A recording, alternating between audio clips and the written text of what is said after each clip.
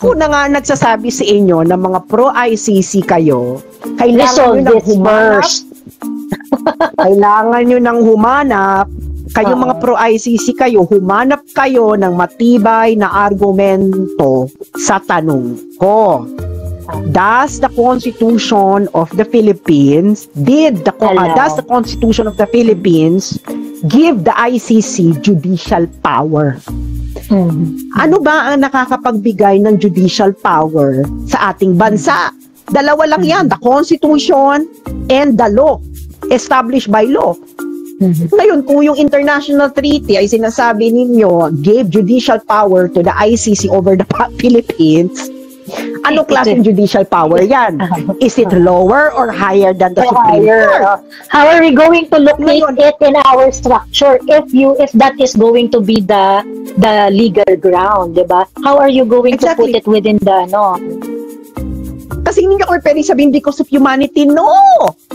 You have to justify it using our Constitution. Sinasabi nila, hindi kasi anti-human rights. Mga bakla, hindi ako anti-human rights. Sinasabi ko na nga sa inyo na sampahan ninyo ng kaso si Duterte sa Pilipinas. Diba? Hindi na siya immune from lawsuits. What is stopping you from filing a case in the Philippines? Another case of ulo-ulo lang. Gibo Teodoro, Solicitor General Maynardo Guevara said in the in an interview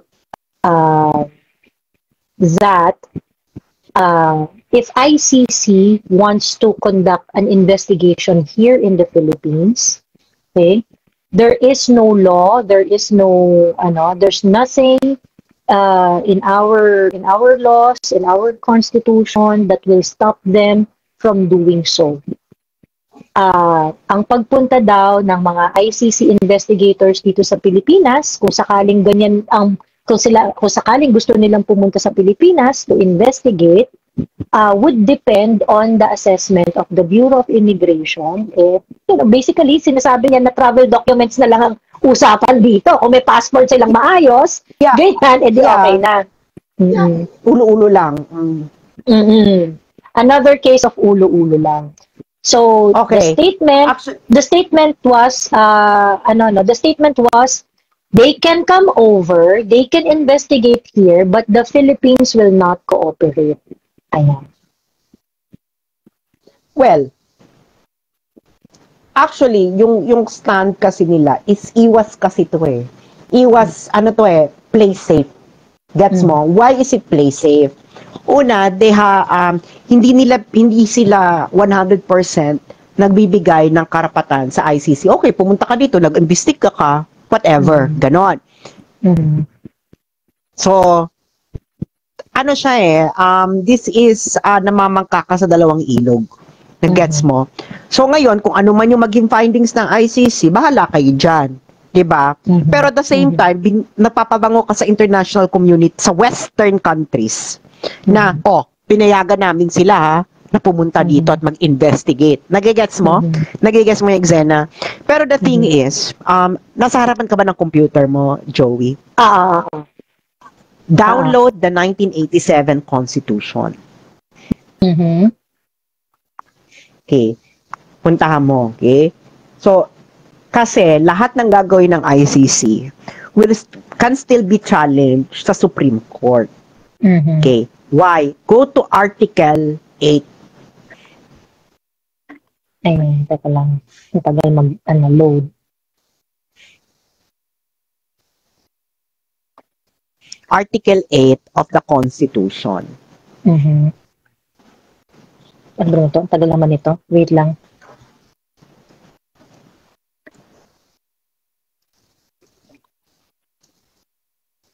Diba? Ang tagal na mo mag-load. Naku, inaano ka ni Jonathan. Jonathan, pagbigyan mo na Minomonitor ako ni Jonathan Malaya. Ano ba yan? Asan ba yung consti ko dito? Diba? Grabe naman ito official gazette. Ano ba naman yan? Ano ba yung server nyo? punta ka na lang sa ibang source, 'di ba? So punta ka sa Constitution. Constitution. Ito na. Judicial Department. Okay, Article 8. Okay, we're here. Cosmological Woman of the Universe. Okay, basahin mo ang Section 1 ng Article 8, just the first sentence. Section 1, Article 8. Okay. The judicial power shall be vested in one Supreme Court and in such lower courts as may be established by law. Okay. So Tagalogin natin 'yan, no? Biological woman. Kanino, according to the Philippine Constitution, na kanino ang judicial power? Supreme Court and in such lower courts as may be established by law. Okay. Tagalogin mo nga. Na kanino ang judicial power? Ay nasa Korte Suprema at sa mga korte na nakapababa na itinalaga ng batas. Okay. Okay. Ang ICC ay isang korte, correct? Okay. So, ang ICC ba ay lower or higher sa Supreme Court kung in-establish ito ng batas? Hindi naman siya in-establish ng ating batas. But, ang argument kasi nila, it was established because international law becomes part of the law of the land. Yun yung sinasabi nila. So, anong klaseng korte lang ang pwedeng established by law? Lower courts. Okay. As may be established by law. Yes, because ang iisa lang ang ating... Diba? Ano nakalagay dyan? Nakalagay dyan, section 1. One Supreme Court. One Supreme Court. Ang ating Korte Suprema. Supreme Court. Ang iisa lang ang Korte Suprema. So, yan ang fundamental question, no? So, pwede nilang papasukin, gawin, pero kasi nga, so, na-establish na natin, ang ICC ay hindi higher than the Supreme Court. Correct? Correct. Correct. Okay, ngayon, punta ka sa section 5. Section 5. The Supreme Court shall have the following powers. Basahin mo yung number 2. Okay, number 2. Review, revise, reverse, modify, or affirm on appeal or certiorari as the law or the rules of court may provide. Final judgments and orders of lower courts in all cases in which the constitutionality or validity, Basahin mo yung D. Lahat? D. Yung D. All criminal cases in which the penalty imposed is reclusion perpetua or higher. Okay, ang crimes of against humanity, ano ang kanyang punishment? Reclusion perpetua. Okay. Diba?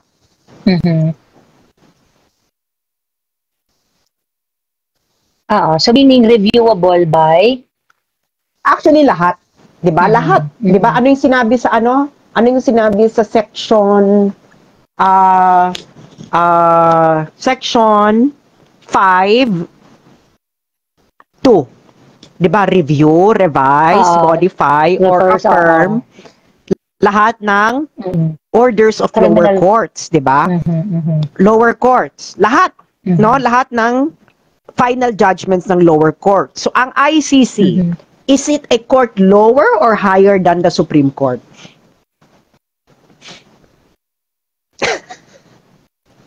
It's not part of the structure. Diba? It's not part of the structure. How can we say it's above or lower? It's not part of the structure. Diba? Hindi, sabihin na natin, assuming for the sake of argument that it is a court established by law, is it a court higher or lower than the Supreme Court? How can we answer it? It's not part of, diba? Saan mo siya ilalagay? Saan mo siya ipupwesto? Hindi sabihin na nga natin, di ba? Oo. Basahin mo yung section 1. Basahin mo yung section 1. Basahin mo yung section 1. One Supreme Court. And in such lower courts as may be established by law. Established by Correct? law. So, nasa lower Okay. court siya. So ngayon, Kung in-establish siya sabi by nila- law. hello Joey. Nandito ka ba? Go. So ngayon, ang sabi nila, ang ICC kasi ang ICC treaty ay parte ng ating batas. So ang ICC ay isang korte. So therefore, it's a law, it's a court established by law. Yan ang argument, di ba? Yan ang So, argument. lower siya. Ngayon, ano nakalagay sa constitution natin? One Supreme Court in such lower court as may be established by law. So, if it is established by law by virtue of being international treaty being adopted as part of the law of the land, it is lower court. Exactly. Kasi you only have one Supreme Court eh. So ngayon ang ICC, ang mga kaso sa ICC, na-appeal ba to sa Supreme Court natin?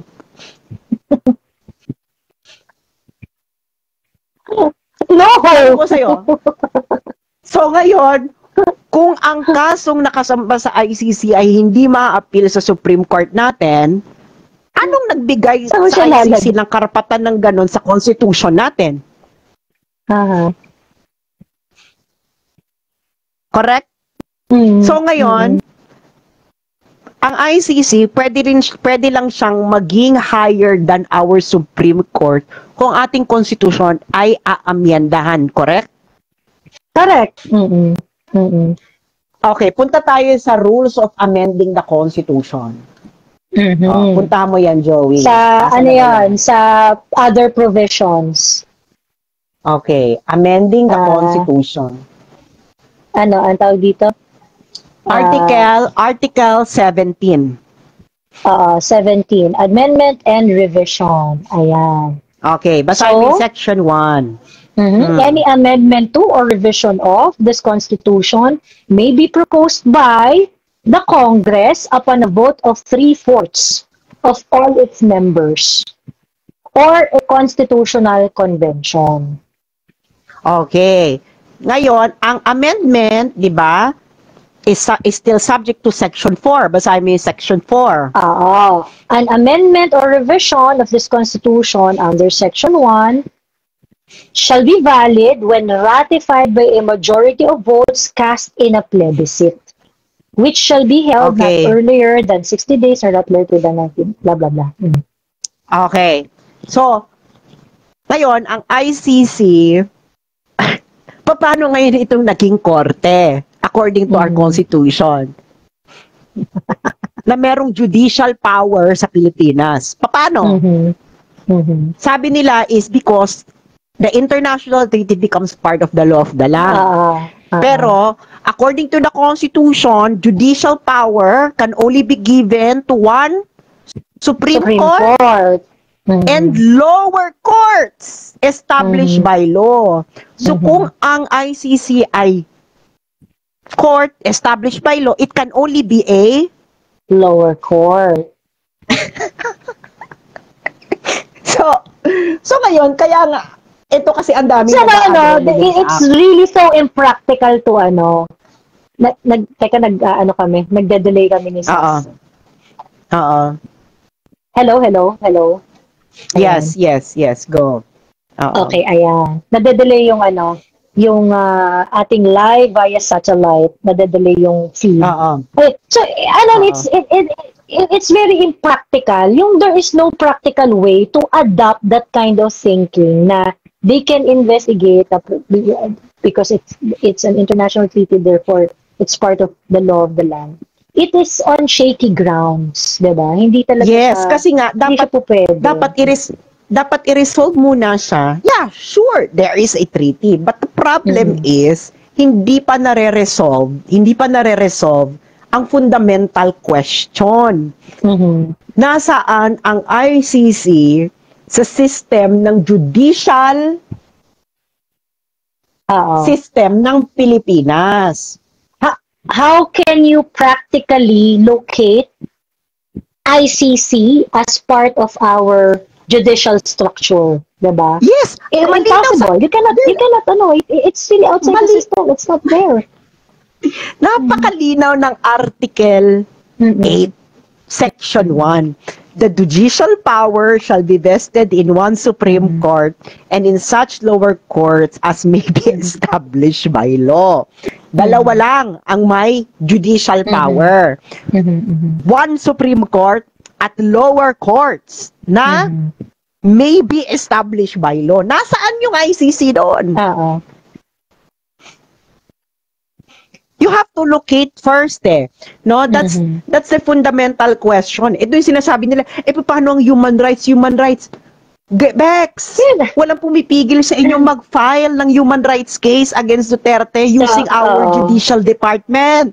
Kayo lang ang may ayaw. So, paano yun? Hindi po pwede yun. Again, sabi ko nga, aakyat to sa Korte Suprema. Kaya nga dehado sila dito. Talagang may transcendental question na sasagutin ng ating Suprema. Because, binibigyan ko na nga kayo ng clue yung mga pro-ICC You have to resolve the fundamental question. Nasaan ang ICC sa ating judicial system according to our Constitution? Okay? Dahil kung hindi nyo malocate yan, ang ICC sa ating judicial system according to our Constitution, hindi siya kasali! Hindi siya kasali! As simple as that! Diba? Halimbawa, ganito, Joey, pwede ba na magkaroon ako ng international treaty na magtatayo ako ng korte? Meron ba ganung provision sa ating Constitution? None. Diba? Halimbawa, ito hindi naintindihan ng mga tao no? So meron tayong mga arbitration, diba? Halimbawa, yung arbitration ng isang company sa Pilipinas, magsasampa sila sa ICSID, for example. Is it automatically enforceable in the Philippines? Yung decision ng ICSID. No. Kaya nga china-challenge pa yan. Kasi, you would have to still, manalo ka man sa ICSID, no? Itong investment, pwede pa yan i-challenge. Kasi, i-enforce mo siya sa Pilipinas. Sa Pilipinas. And questions of law in the Philippines is resolved by whom? The Philippine courts. Philippine courts. Gets mo? Kaya nga itong kaso, pakinig kayo itong sa Sultanate of Sulu versus Malaysia. Di ba nahihirapan pa silang i-enforce yan sa iba't ibang bansa sa Europe? Bakit? Kasi it still has to be enforceable ng gobyerno. And sinong nagdidesisyon? Yung gobyerno doon. Kasi nga sila yung hire. Ngayon, itong ICC, you have to locate them in our judicial system. As simple as that. Wag kayo ditong mag-argumento, ad-misericordia, papaano na ang 10,000 na namatay na EGK or whatever. No, that's not the question. The question is procedural. The question is constitutional. Nasaan ang ICC sa judicial system ng ating bansa according to our Constitution? Sila kasi, balik sila sa Rome Statute. But that is not the question. No, baka masampal kayo ng mga law professor ninyo, yung mga law professor nakikinig sa akin. Tanungin ninyo mga sarili ninyo, where is the ICC in the judicial system of the country according to the Constitution? Kasi doon babagsak yan, Joey. Kaya itong si Duterte, hindi kasi sila nakikinig sa sinasabi ni Duterte. Di ba? Anong sinasabi ni Duterte? He can only be prosecuted by a Filipino prosecutor, Filipino judge, and jailed in the Philippines. Bakit? Ba't niya sinasabi yan? Basahin mo yung kanyang oath of allegiance nung siya ay presidente. Yeah, meron siyang oath of allegiance to defend and protect our Constitution. And that's what our Constitution says. Diyan siya nakaano. Ang sinasabi ngayon nila is part of the law of the land ang ICC Treaty. Correct. Pero, nasaan sa hierarchy of courts ng Pilipinas ang ICC? If if indeed ang ICC is a court established by law, is it higher or lower than the Constitution? Lower or higher than the Supreme Court? Supreme Court. Sagutin nyo nga yan. So if it is higher than the Supreme Court, then the decision of the ICC should be appealable to the Supreme Court, correct?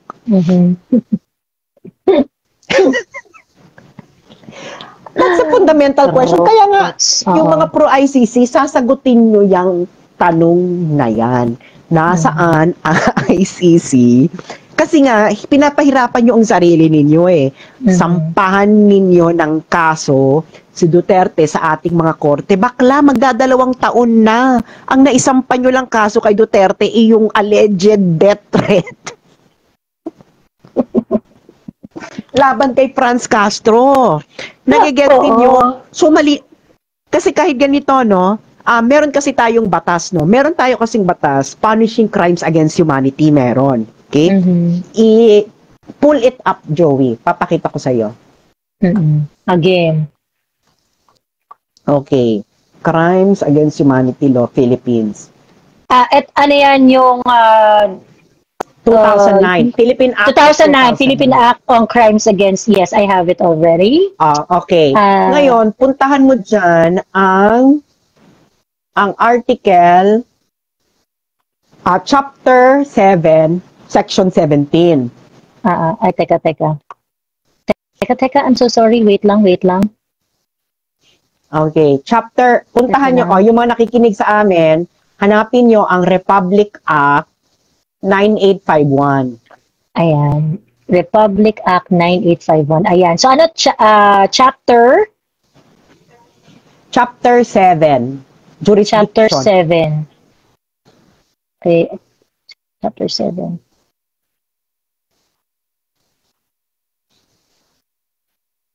Applicability of international law and other laws. Ito? Chapter 7, jurisdiction, section 17.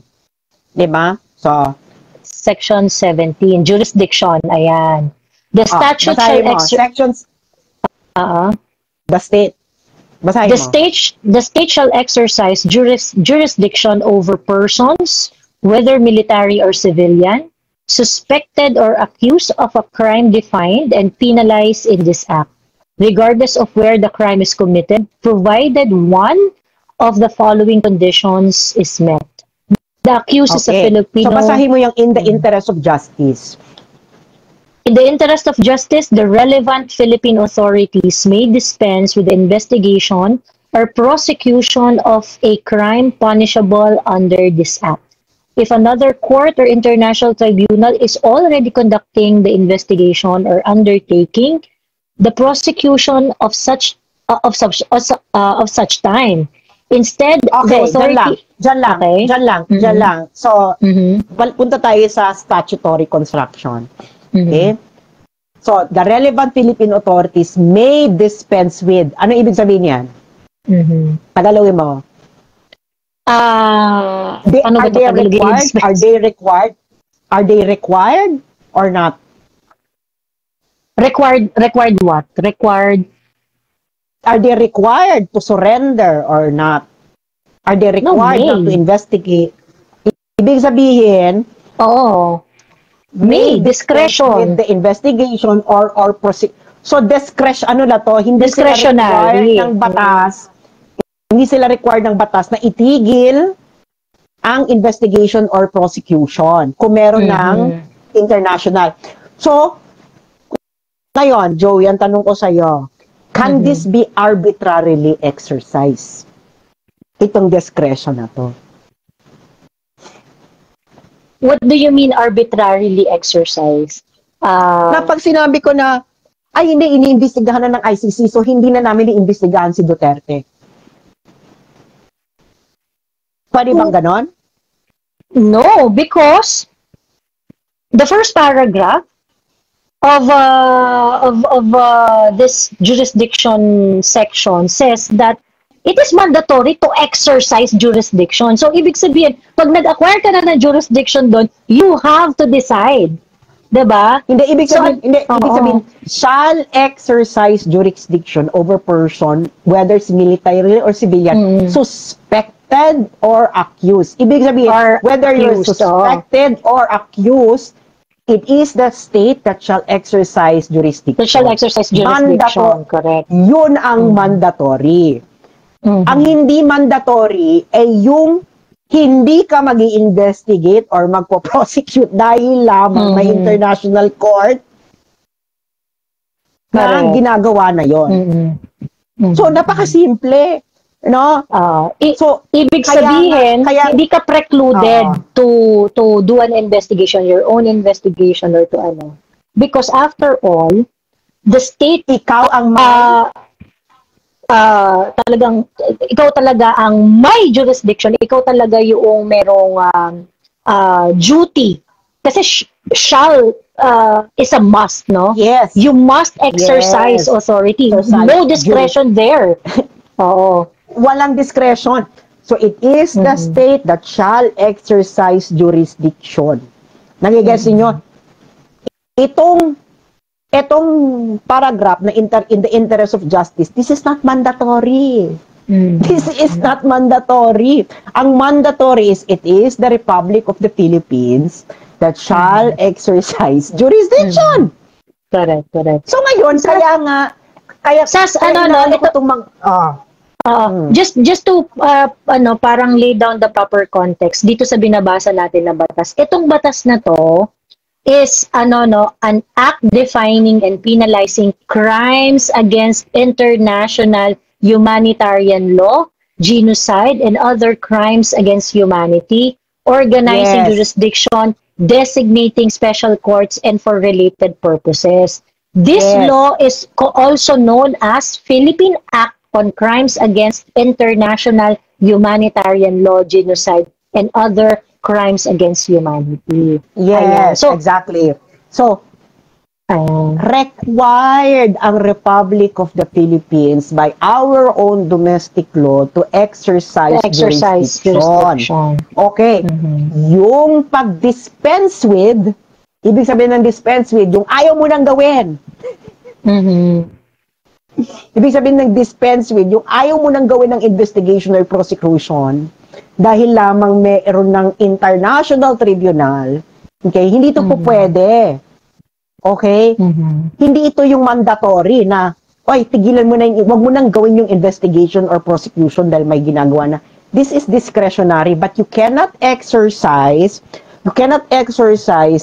this discretion arbitrarily kasi nga required ang Estado na siya ang mag-exercise ng jurisdiction. You can only dispense with, pag tumaas po sa Korte Suprema, you can only dispense with the investigation or prosecution kung walang kapasidad ang Republic of the Philippines to exercise jurisdiction. At sino ang magde-decide, Joey, sino ang final lang magde-decide na body sa ating bansa on whether or not our courts has no capacity to exercise jurisdiction? Sino, according to our Constitution? Sino, final? Na magde-decide na wala tayong na walang kapasidad ang ating judicial system to exercise jurisdiction. Who? The President? Sino ba? Sino sa Constitution natin? Sino nasa Constitution natin? Is jurisdiction is determining capacity for jurisdiction an executive, judicial, or legislative function. Sorry. It's the Supreme Court. It's the judicial. Diba? Exactly. The judicial department. Exactly. So, can the Supreme Court say na magbabaw kami na wala siyang power to determine? No! Ibig sabihin, kaya nga this is an issue of transcendental importance because it is the Supreme Court that will be put in line. Kailan ka Supreme Court naging mas lower sa ICC? When did this happen? Nagets mo ba? So, correct. Kasi halimbawa, Joey, no? Sa normal proceedings ng ating mga korte, so nagsampa ng warrant of arrest sa'yo.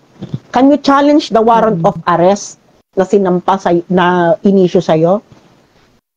Can you appeal it? Warrant of arrest na in-issue ng who? Sino nag-issue? Korte. Ng korte. Korte. Oo, meron akong remedy dyan. Yes. Na-questionin yung Anong warrant remedy? of arrest na yun. Saan siya kina-question? Inusuan ka ng warrant of arrest, saan mo siya pwedeng questionin? Kung pwede siya, kung kunwari, sa pagkakaalala ko, no, pwede mo siya questionin administratively kung kunwari nasa fiscal level siya. Kung nasa fiscal level pa yung Yes. then I can question it through the DOJ. But there's also na at a point wherein it becomes a purely, kasi ang DOJ executive pa yan eh. Diba? When it becomes a purely court exercise, then pwede mo rin siyang questionin sa korte na mismo. So, yun. So, the point here is that you have remedies.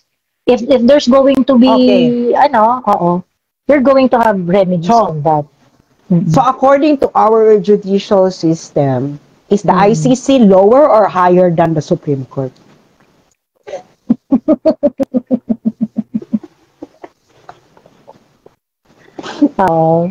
Saan mo siya ka-questionin, no? Saan mo siya ilalagay? So ngayon, is the right to appeal a fundamental human right in the Philippines? Yes, it is. So pag ako, wala na akong chance mag-appeal sa Korte ng Pilipinas, is my right to appeal violated? Yes, of course. So kung ang decision ng ICC is I cannot appeal to the Supreme Court, paano nawala yung karapatan kong ganon? Ito kasi hindi nagigets ng mga tao, no? They are lost in their fantasy land. But the fundamental question remains. This is a really good exercise, no? Kasi, yung naita-translate mo siya dun sa practical level ng discussion. Of course, a lot of people can be too legalistic about it, but sige, dalhin nga natin siya dun sa level ng practicalidad. Paano siya mag-ooperate dun sa sistemang meron tayo? If you're going to insist that, if you're going to base your argument that ICC can investigate here because after all, it is a treaty and international treaty is part of the law of the land, you are on shaky grounds. There's no way for you to map it out dun sa Hindi, nakastuck kasi sila sa international treaty being part of the law of the land. But we have to go to the substantive effect of the treaty. What is the substantive effect of the ICC treaty, Joey? Matalino ka, what is the substantive effect of the ICC treaty? Ang hirap nito, parang recitation. Tutulungan kita. What did the ICC treaty established?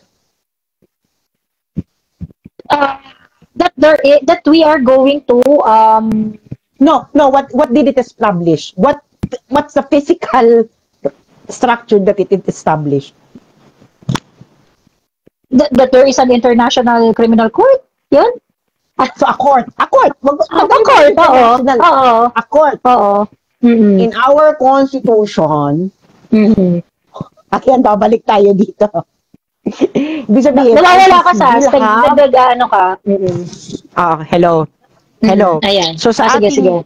So ibig sabihin, the ICC will have judicial power over the Philippine territory on certain crimes, correct? On certain crimes.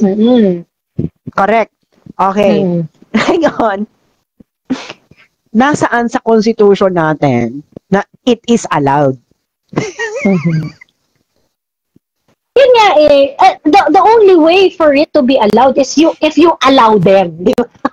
If you allow them. And what is the process nga of delegating judicial power to a foreign body? Is there a constitutional kasi that would that would be tantamount to creating another government another structure. Mm-mm. Another government structure. Mm-mm. And that would amount to amending the Constitution. Correct. Can an international treaty amend the Constitution?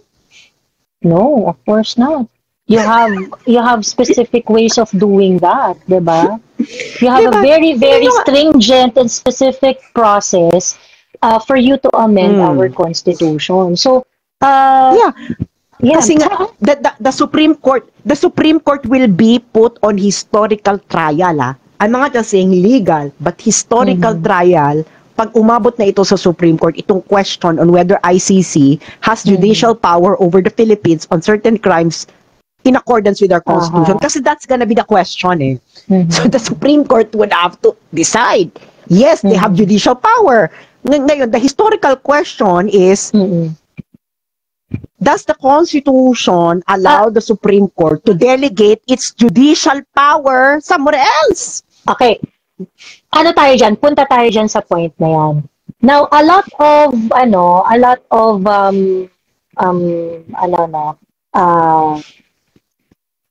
political observer would say that kasi ganito, yung Supreme Court dun sa that decision decided by Justice Leonen, Justice Leonen actually made a statement in that decision na mag-exercise pa yung ICC ng jurisdiction over incident that would fall on certain dates, so and so. Yes. Right? Yes, okay. Yes. So, ngayon, you said a while ago, okay, nandun na tayo dun sa point na who is going to yield? If we are going to allow ICC, who's going to yield? So, the ones who's going to yield is the Supreme Court. Isn't that decision an indication that the Supreme Court is actually yielding? Kasi sinabi na nga raw ng Supreme Court na meron silang jurisdiction. No, because nagdaglag school ka, di ba, Joey? Tungkol saan yung Supreme Court decision na yun? Tungkol saan yung Supreme Court decision na yun? Whether the withdrawal of Duterte is valid or not. Right? So, yung comment doon ni yung comment doon ni Leonen about jurisdiction, is that relevant to the resolution of whether whether the withdrawal is it? No, then, in any case, the decision will cover only the issue raised by the petitioner. Yes. Okay, so yun yung tatandaan natin dyan. Yes. So, yun ang ratio decidendi. The ratio decidendi is related to the issue being resolved. The issue being resolved is whether or not Duterte's withdrawal was parang abuse of personal presidential whatever or something like that. It has nothing to do on whether or not Leonen ICC decision. Ano siya, girl? Ano siya? GR number 238875. GR number 238875.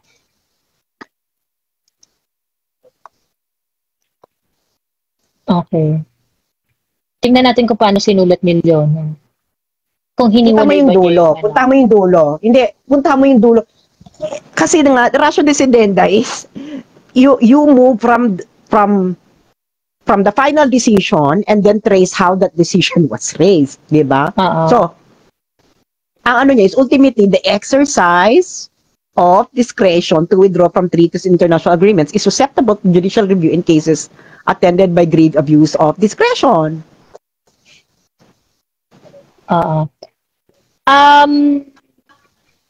Sa mga Supreme Court decision kasi, or kahit yung even the decision made by lower courts, courts would always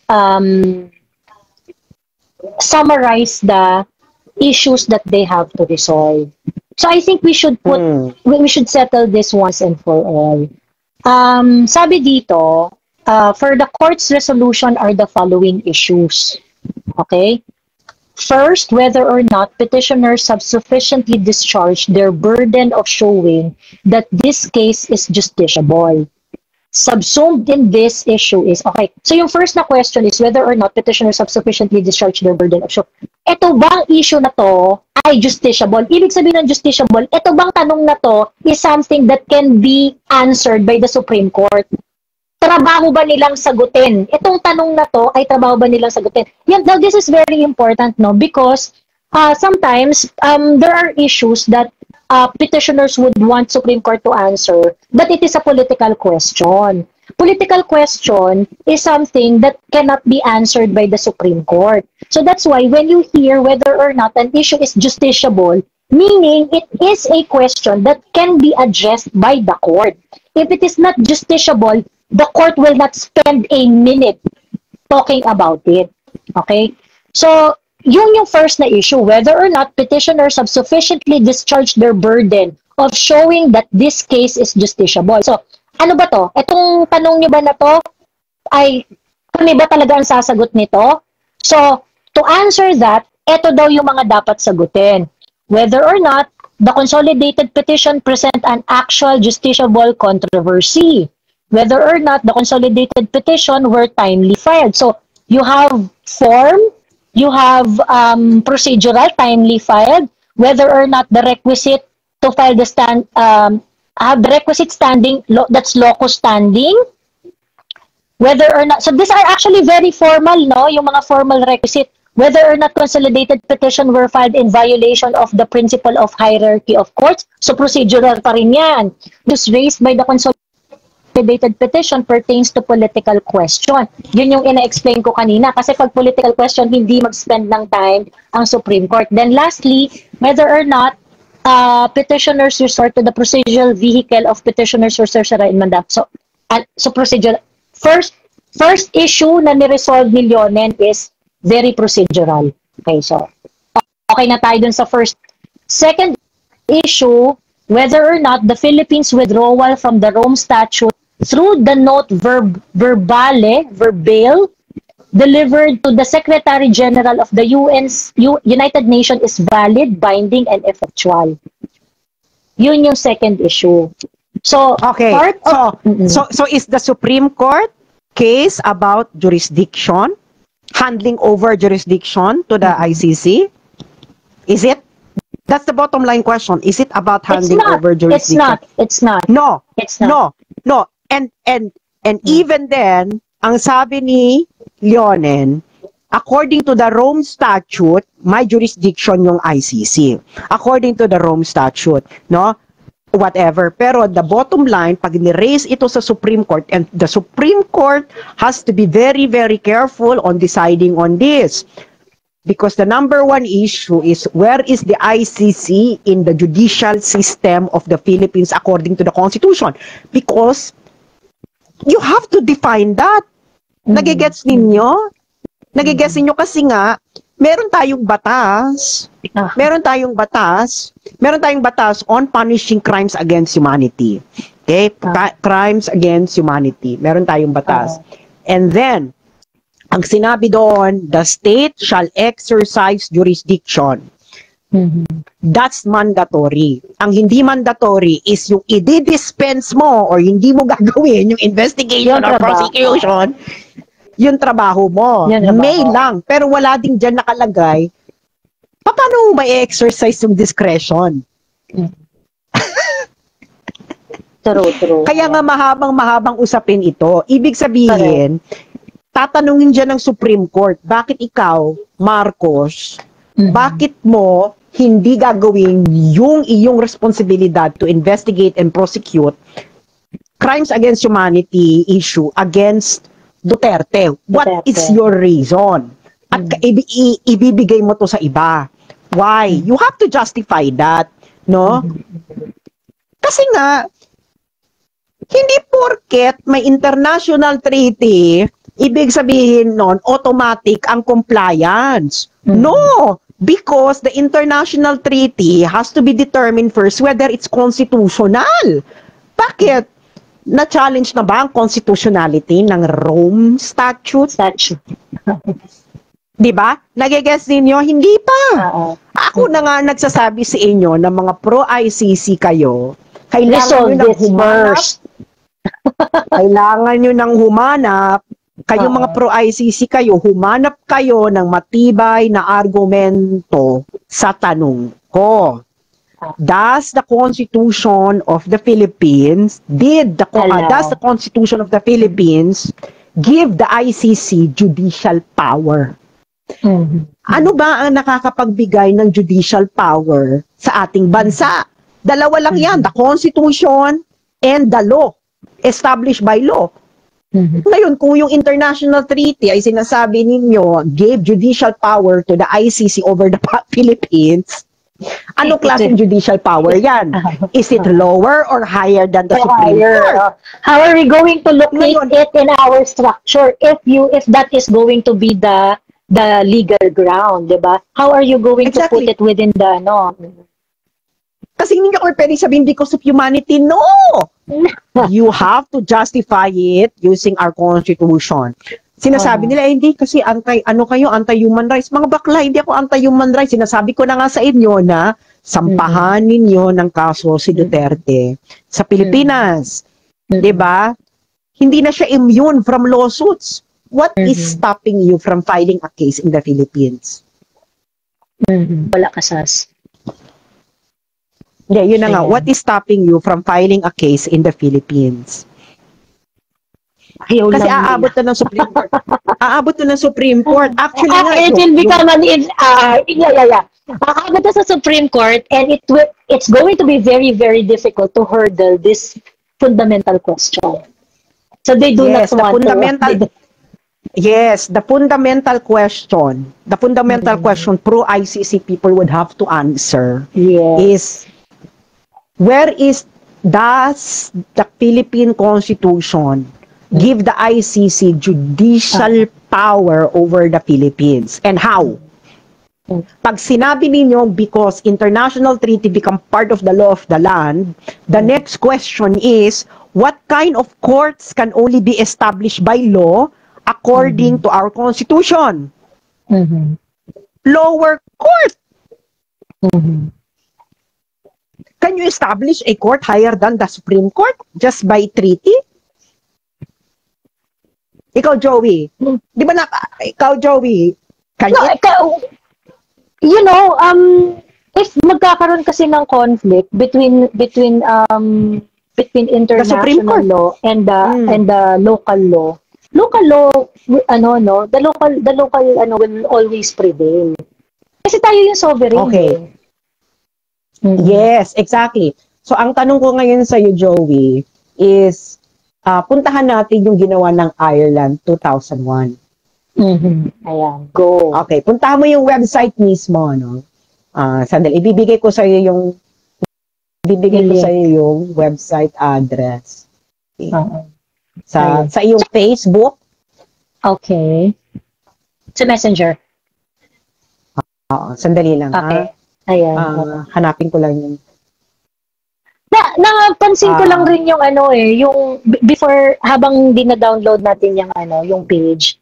Rin ako dun sa remember yung bumabarda sa iyo na nagsasabi na yung difference ng obiter at saka ng ratio decidendi.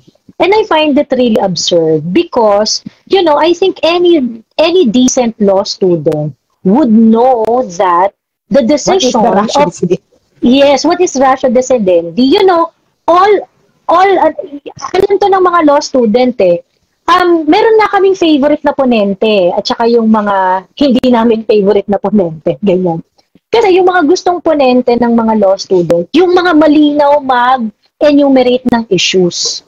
Pagkatapos merong karampatan na mga kumbaga binabaga nila yung issue, pagkatapos ito yung sagot, ito yung resolution.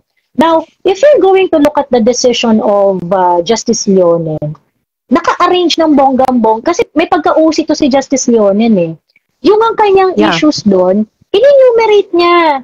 And so, lahat ng discussion pertaining dun sa issue na in-enumerate niya yun po ang ratio decidendi.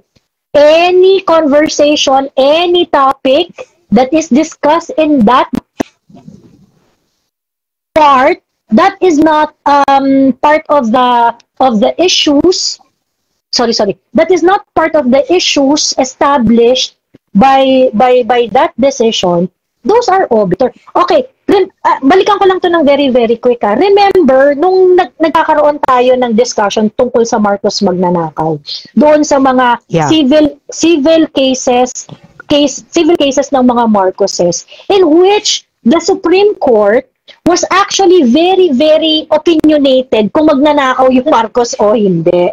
Kung saan, di ba, yung parang, di ba meron pa doon na, what was that, na parang, they have penchant for stealing or something like that, yung parang, ano yung word na yun na laging nire-reproduce. Oo, na, yun nga sa 152, sa kasong 152-154, sinabi na doon ng korte na ang mga Marcos ay magnanakaw. Di ba, the way we actually answered it is because it's not part of the ratio decidendi. That is a civil sequestration case. It did not decide on the culpability of the Marcoses in that case. So kahit 10 million sabihin ng korte doon sa desisyon na yon na magnanakaw ang mga Marcoses, that is going to be an opinion of the court because it was not actually that specific decision is not for the purpose of determining culpability.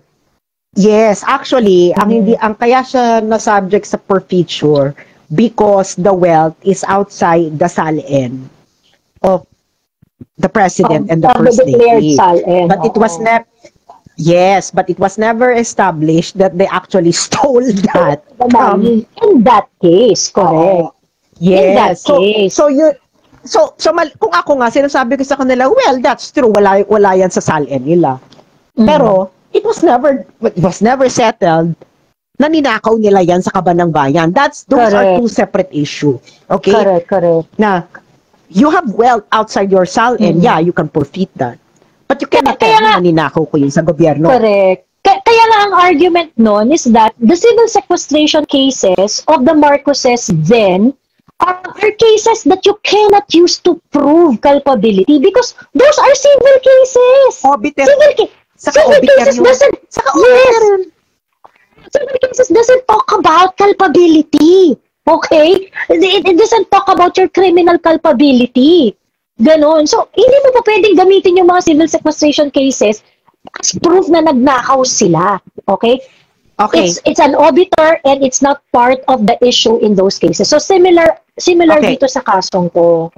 So RJ tuloy, nasanay na ako sa kanto. Joey, biological puntahan mo na yung website na sinend ko sa'yo. Andito na ako. Nabuksan mo na yung website. Okay, so ano yung pinakita ko sa yung website? International Criminal Court referendum on the 23rd Amendment of the Constitution Bill 2001. Acceptance of the jurisdiction of the International Criminal Court. So, saan bansa to?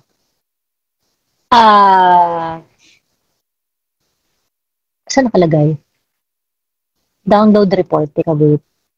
Girl, nandiyan nakalagay, girl. Makikita mo kung anong bansa yan. Suppose, girl, basahin mo sa ano bang bansa yan? Saan ba yung ano yan? Yung the Electoral Commission? Commission ba yun? Sa taas, girl. Tingnan mo. Ireland's Statutory Independent Electoral Commission. Ayan. Okay. So, ito ay referendum ng Ireland noong 2001. Bakit sila mag-referendum? Para saan? To acceptance of the jurisdiction of the International Criminal Court. Okay. So, bakit kailangan nilang mag-referendum? Read the third paragraph. So, 1, 2, 3. Third paragraph. Okay. Ayan. By passing the referendum, the state was in a position to ratify the Rome Statute. The effect of ratification of the statute was that some element of sovereignty in criminal matters were transferred from the potential jurisdiction of the Irish courts to the International Criminal Court. On ratification, a person, for example, living in Ireland could be arrested here by proper legal procedure brought before the International Criminal Court in The Hague for war crimes. Ratification of the Rome Statute by Ireland required an amendment of the Constitution because it would otherwise be inconsistent with the provision of the Constitution with regard to sovereignty and also with regard to the trial of offenses. Okay. Ayan. Klarong-klaro, no? So malinaw sa kanila na ang jurisdiction ng International Criminal Court would mean na mababago ang kanilang constitution. So kailangan nila ngayon magpasa ng amendment sa constitution nila, correct? Okay. So pareho ba ang issue natin with Ireland? Yes, when it comes to jurisdiction, 'di ba? That exactly. They have to they understand that they have the process of ratification and accepting this jurisdiction, in which our constitution also provides for such, 'di ba? Na kapag aamendahan mo, aamendahan mo yung constitution in order to give way doon sa judicial power ng ICC, you have to do that, 'di ba? Kasi nga malinaw di ba?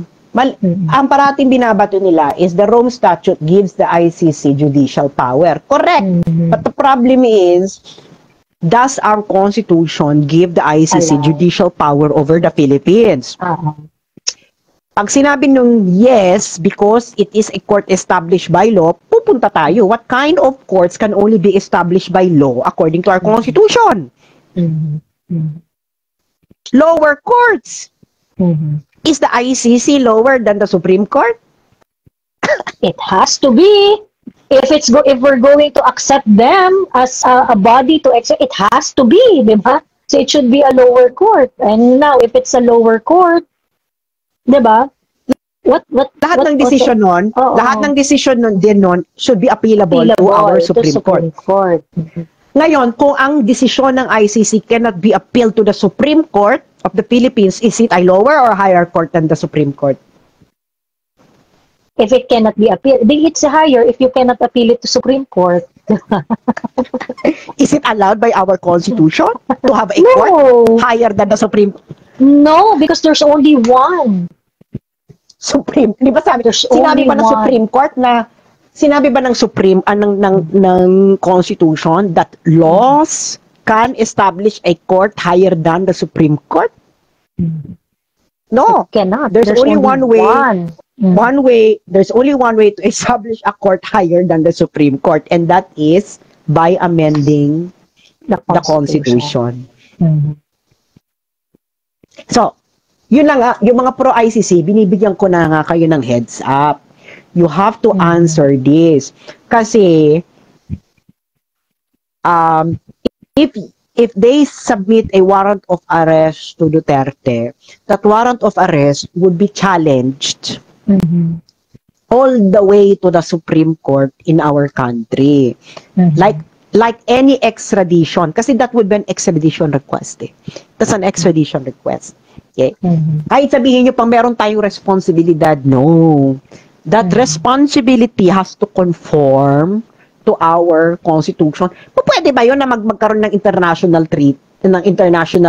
treaty tapos hindi na i-evaluate whether it's constitutional or hindi?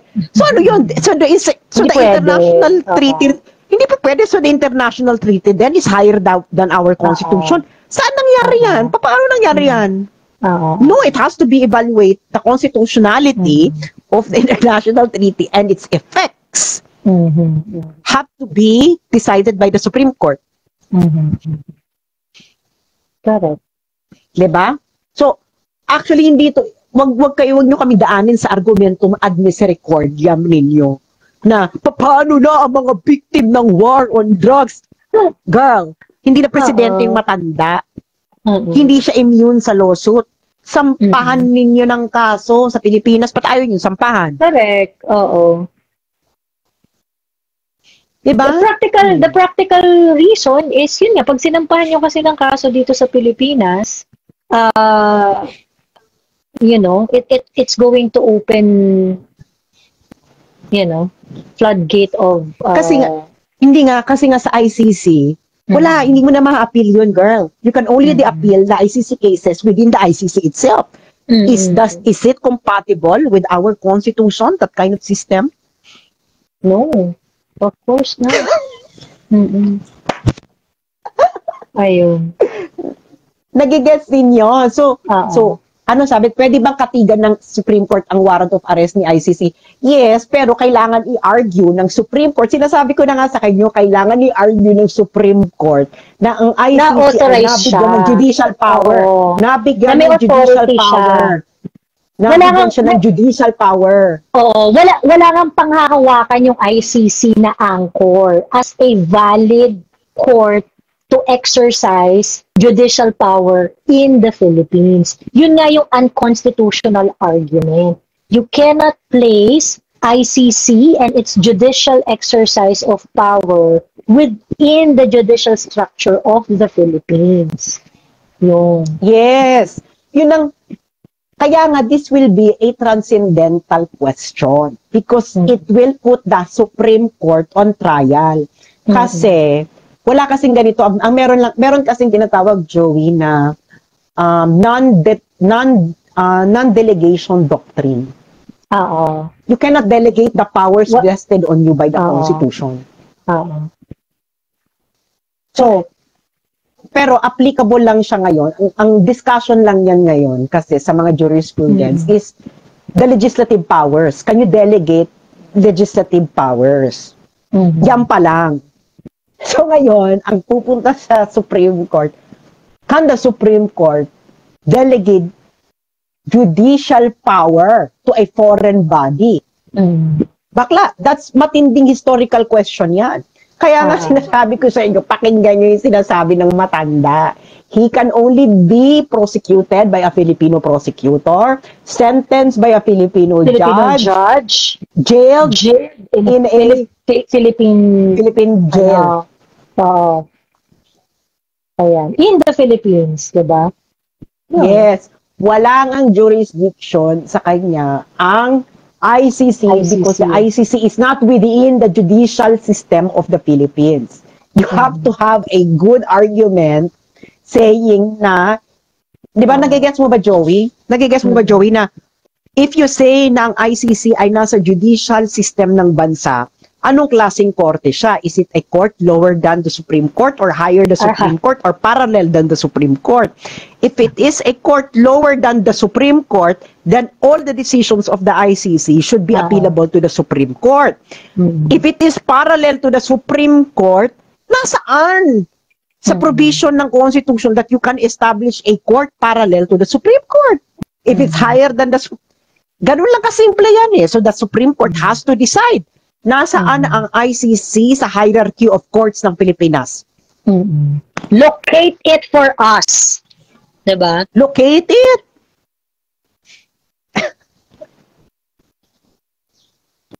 Ayan. Di ba yung sinasabi nila na hindi kasi meron tayong international obligation. Sandali lang, bago ka pumunta sa international obligation, doon mo muna tayo sa constitutional obligation. Because that's a more fundamental question. Diba? That's a more fundamental question. Ayun. Yeah. Pwede mo magsabihin na hindi may international obligation tayo. Yeah, but that international obligation has to be compatible with the constitutional obligation. Otherwise, pwede ba gumawa ka ng mga treaty at sabihin natin hindi may international obligation tayo, o di itapon na natin yung constitution natin. Tawag dito, paano to, Sas? Kasi ngayon sinasabi ni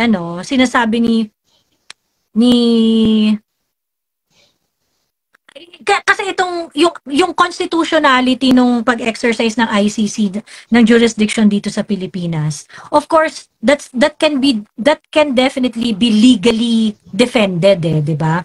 And I think it's up to them to really answer and prove to us that it is constitutional. And this is a huge question. as a political observer, very very interesting sa akin to kung paano nila sasagutin to. If in case kunwari mag-investigate, mag-exercise na si ICC dito ng whatever nang gusto niya, ganyan. The BBM administration, the PBBM administration said it will not cooperate. But it is allowing them that if they want to come over and investigate, they said, sige, okay lang, ganyan. Now, kasi ano yan, girl, when we have delegation of judicial power to a foreign body. While we can take care of the legal aspect of this ICC problem, the political aspect of that would be would also be a question that needs to be reflected on. Kasi kung kunwari, ngayon sinasabi hindi makikikooperate. Pero di ba the fact that you allow them to come over, isn't that cooperation? Di ba? Ulo-ulo. Isn't that cooperation already? Kasi ulo-ulo lang. Ulo-ulo lang naman, Joey. Ulo-ulo lang. Ulo-ulo lang. Kasi tingnan mo bakit yung US, 'di ba? Yung US, wala kayong karapatang mag-investigate. Dito sa bansa namin, sa labas ng bansa namin, wala kayong karapatang mag-investigate. That's what the Americans said. 'Di ba? If you are going to investigate in US soil or outside the United States, may consequences 'yan, sabi ng Amerika. 'Di ba? Yeah. In our case, ba't ganun? Wala silang pakialam. Kasi nga, nagpapabangon sa international community. Pero the fundamental question is it constitutional to delegate judicial power to a foreign body? That's the fundamental question. Is it constitutional? If it's constitutional, argue its constitutionality. Hindi ka po pwede, the general, how can you establish a court that will be included in the judicial system of the Philippines by mere treaty? Correct. Paano yun? Kasi nga, you are creating a different structure of government on top of our current judicial department. And that is effectively amending the Constitution. Correct? Diba yun ang sinabi ng Ireland? Kaya kailangan nila ng referendum. Kasi, yung ICC... sabi ng basahin Ireland, the effect of ratification of the statute, yung Rome Statute, was that some element of sovereignty in criminal matters were transferred from the potential jurisdiction of the Irish courts to the International Criminal Court. So, exactly. That is our problem. We are it actually a fundamental question of sovereignty. Kasi itong mga umiepal-epal sa akin, no? Sabi nila sa akin na epal lang alam mo yung puro ad hominem. My question is very simple. Okay? Jurisdiction flows from sovereignty. You cannot exercise jurisdiction if you don't have sovereignty. So the question is, paano ngayon nagkaroon ng sovereignty ng jurisdiction sa Philippines? Kasi that will go back to the question, paano nagkaroon ng sovereignty yung ICC over the Philippines over certain crimes? Over certain criminal matters, diba? So, ibig sabihin, pag sinabi mo na, hindi kasi pumasok tayo sa treaty. So, the next question is this transfer of sovereignty to the ICC on certain criminal matters constitutional?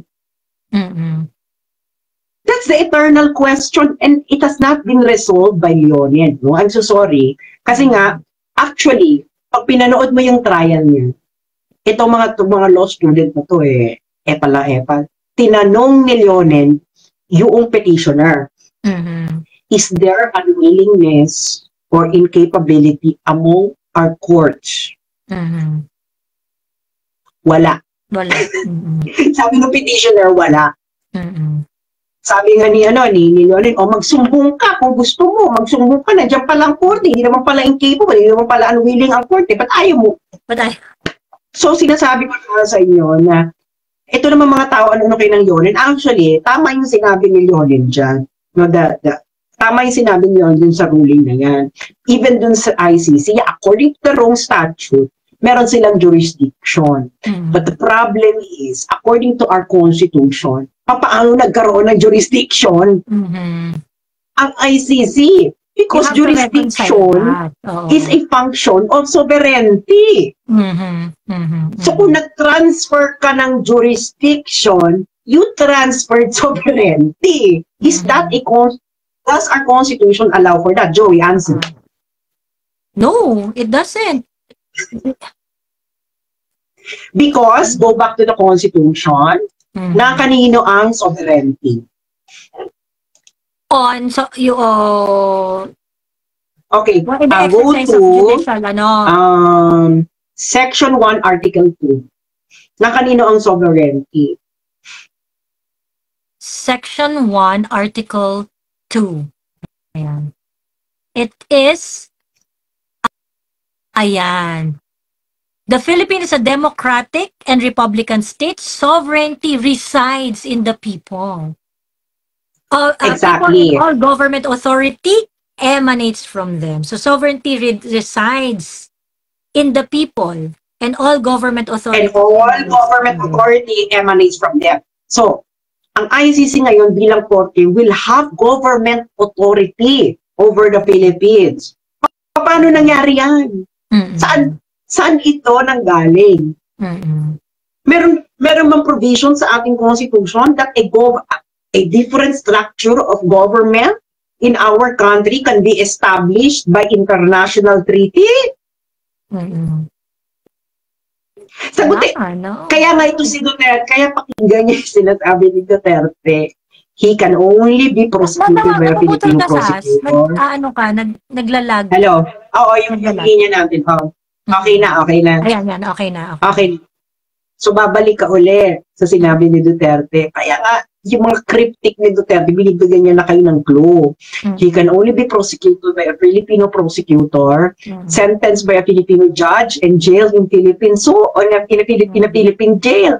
Why? Because his crime is committed in the territory of the Philippines. Nagigets ninyo? Sa kakita mo pupunta tayo dito sa Pogo.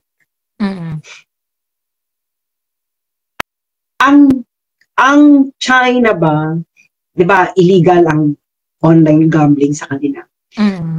Ang China ba, pwedeng illegal ang gambling sa kanila all over the world. Pero ang China ba can exercise jurisdiction within Philippine territory as in pupunta sila dyan, mag-sentence, etc. Can it? No. Because the final arbiter ng jurisdictions Pilipinas ay the Supreme Court. Tayo. Yes, oo. Yeah.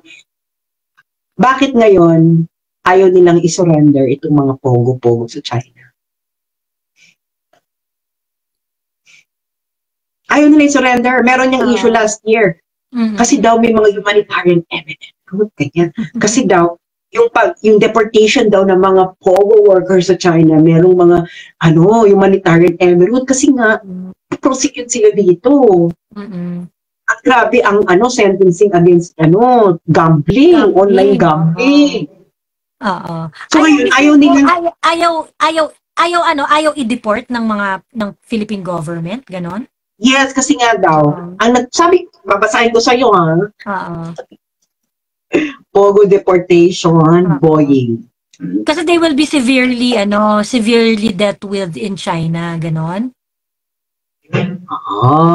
Kasi nga may humanitarian evidence.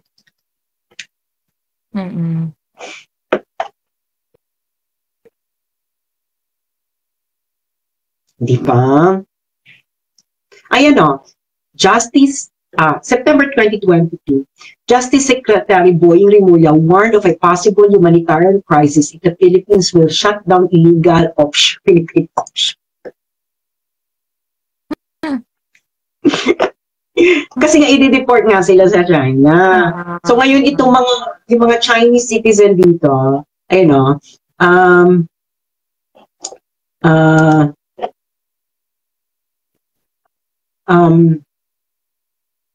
ano ba 'to, yung mga deportees daw, wala daw tayong kapasidad. Can you imagine, wala tayong kapasidad. Sabi ni Rimulyo, wala tayong kapasidad to house and feed the large number of Chinese deportees. Kasi ipapadeport mo talaga itong mga to. Ayaw nga nila yung ma-deport kasi nga daw, deportation of illegal workers back to China also became a challenge after Beijing imposed strict measures against illegal gambling workers. So that's the humanitarian.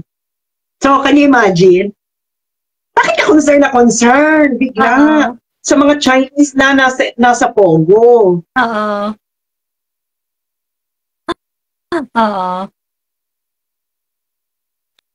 Di ba? Actually, hinihintay na nga lang ng China yun. Ayaw nga ng China na umuulo lang. Isagad mo, i-deport yun. Ibaon nyo! Di ba?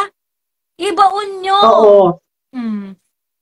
Kasi 40,000 for China executing 40,000 committing illegal gambling ng gambling, it will not have any problem.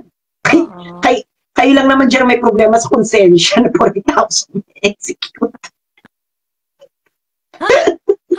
Eh, magagawa mo 40,000 yung nag-commit ng crime. Oo. O di-execute 40,000. So hindi mo pa deport ng Pilipinas dahil it's gonna cause Hindi kasi nga pwede pa yang ma-appeal sa Pilipinas because in the Philippines kasi nga signatory tayo. I-appeal pa yan ng mga nandiyan. Ano sasabihin nila?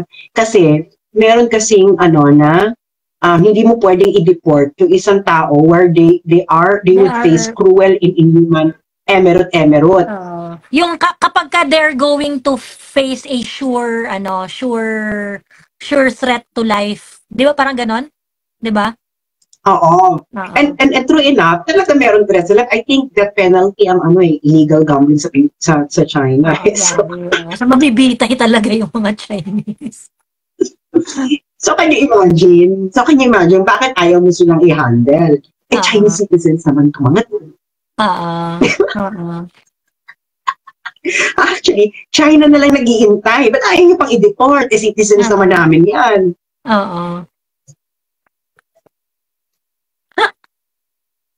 Gaganyan na lang ako. Mapagmahal naman pala sa China eh. Diba? Mapagmahal sa mga Chinese na pinapakinabangan nila. Diba? So, mapagmahal naman pala. So ano pang another ulo-ulo lang nating topic?